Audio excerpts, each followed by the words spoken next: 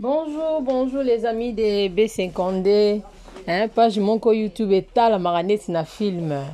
Balobi mingi to s'abonner à to like to tira ba commentaire ya onde ça la visibilité mangamo kande zala. Donc le fur et à mesure pour découvrir ngai ngami comment na procureur général. Bakalate pour découvrir qui je suis. Donc, je suis contente ce soir. Je voulais parler avec vous quelque chose qui est très important, en tout cas à propos de notre frère Ségué Mignon Magnata. Bisons to ebi Ségué Mignon Magnata zali drumer oya BCBG a oumeli pena na BCB donc enfant chéri papa chéri pelisous.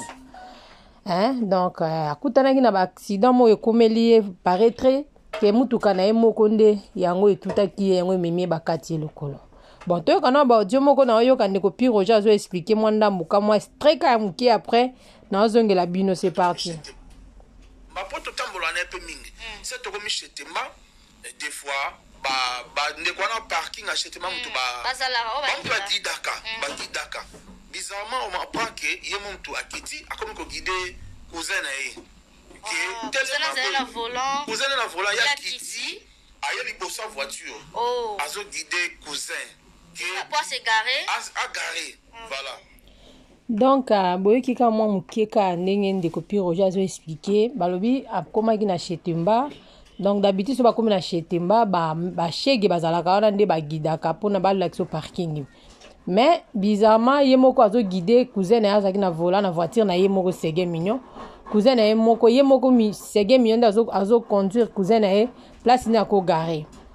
Donc Kogare wana ebisika donc mati dali collaborer sa cousin a accéléré donc cousin étant azo accéléré bi que grand frère azo pesa nga ba condition ba inscription ya kogare mutuka ça veut dire nga binanga na accélérer c'est que position est bien donc accélérer cousin azo accéléré wana moko likolo ya ke a touti moko Ségué Mignon donc Ségué Mignon papa chéri pe papa moko boss moko malamu donc intervenant qui rapidement pour na traitement ya Ségué Mignon.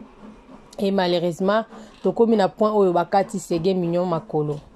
Bon, ça arrive dans la vie en fait. Totika koloba biloba loba. Papa chéri BCBG lingele kisaye, BCBG boy BCBG boy. Quand papa chéri na linga Ségué pena papa chéri akole kisabina ni Ségué vraiment.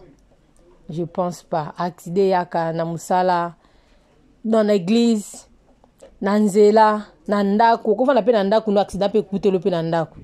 Okwei obukani okwei po kufi okola la po la mukite mire pe ko kwelela onzete na omoko lona kina lupango ko kwela ope e panzi ta musu mutuka no ta musu mo ebuki o liboko ta musu do accident ko mara partout le biso ba congolais ka ne mabela suza ni lo moto to linga ko mona toyeba te ke accident existaka non accident existaka e ko kutela biso partout ozali.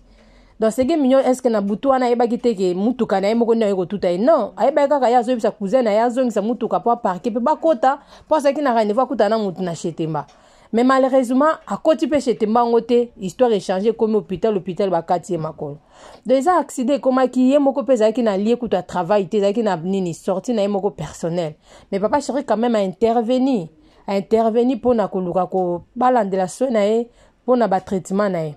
Baso bakati likolo ba mesure ezali akotambola na ye likolo pe bakati pe mulayi te za na oka na se donc akozana ta akotambola kotambola na beki mais akoza ta so na difficulté pour na beta drum ce que za na likolo betela ka drum wana komi de peut-être et comme difficile bande ko botika mingi ko zo aka part des choses côté ma bibo ta la rapena côté malamu ba accident existaka danger pe yaka ku feza pona mutu nyonso malade eza mutu musa ko bota mo boye bakite pour malade komi pour accident ye mutu moko ta souhaita pour segeta mana ndako ne joana ayeba kite ka kuta na accident likba tout a elle mutu kana ye moko après le mi maili kole katana ayeba ki ngote mais comme lié kaka donc moi analyse mukeka na ngana loba yango wana botika vraiment kozwa ba makanisi de gauche à droite que jibe mutalinga lekisa Ségué jibe lekisa Ségué poani bino mombo ebinde jiba linga Ségué na ba mission na nyonso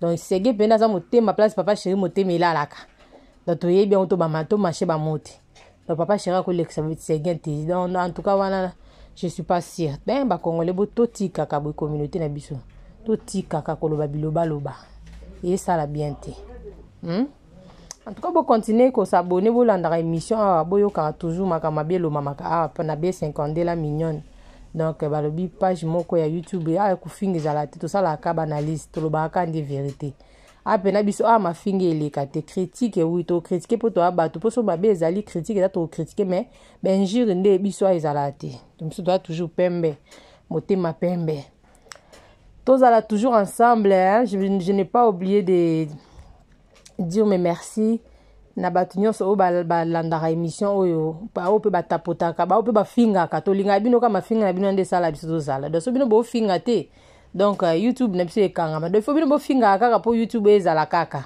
donc tolinga mpe kama mafinga na bino wana esalaka bien nape sinon ye mokolo chaîne bien 50 la mignonne toujours hein, babila mbingazor ba gros bisous à toi nape si ye moko mama Esther Tunga motema yale hein, muzi balobi tumba mama Esther loboko na Cape Town soko lingo lia biloko pena batumba ebena na ba conditions bien en tout cas contacter B50 ako mema place mama Esther azali au CP là donc je n'ai pas oublié aussi balobi nani na bosa nani na boka nani bobosa ebele à la prochaine fois je vous aime beaucoup bisous sans oublier mes enfants balobi banonde ba otangisa anglais na mboko anglais a passe na ba ajo donc to bande soko yeko la langue et ça facilité hein na bosanité babi bébé mora kitoko hein moi no azab kitoko boy Enoch Abigail mes enfants Auntie Charlie vous aime beaucoup la procureure générale vous aime beaucoup on est des quais sans oublier aussi j'ai pas oublié ma fille Né l'appeler que là où tu es, maman t'aime beaucoup. Ma sœur Laura Mombili, toujours, babi star à famille. Magali Bumba balobi osalaka leki na oti. Bibi shimako pe maman kuluta bana. Ya bafana. Donc, famille na ngande bango wana. Bo sala bien. La bosanité ye moro mobutu Ray Mag donc Ray, ba gros bisous à toi. À la prochaine. Oh la mignonne Botika la innocent la mignonne Bongolia zéro le bezala qui na 10 52 yo Bongolia kona 1 yango zo pesa posa kozongisa nga bebe na mbuma basala ba chaussée kaka pona ba voiture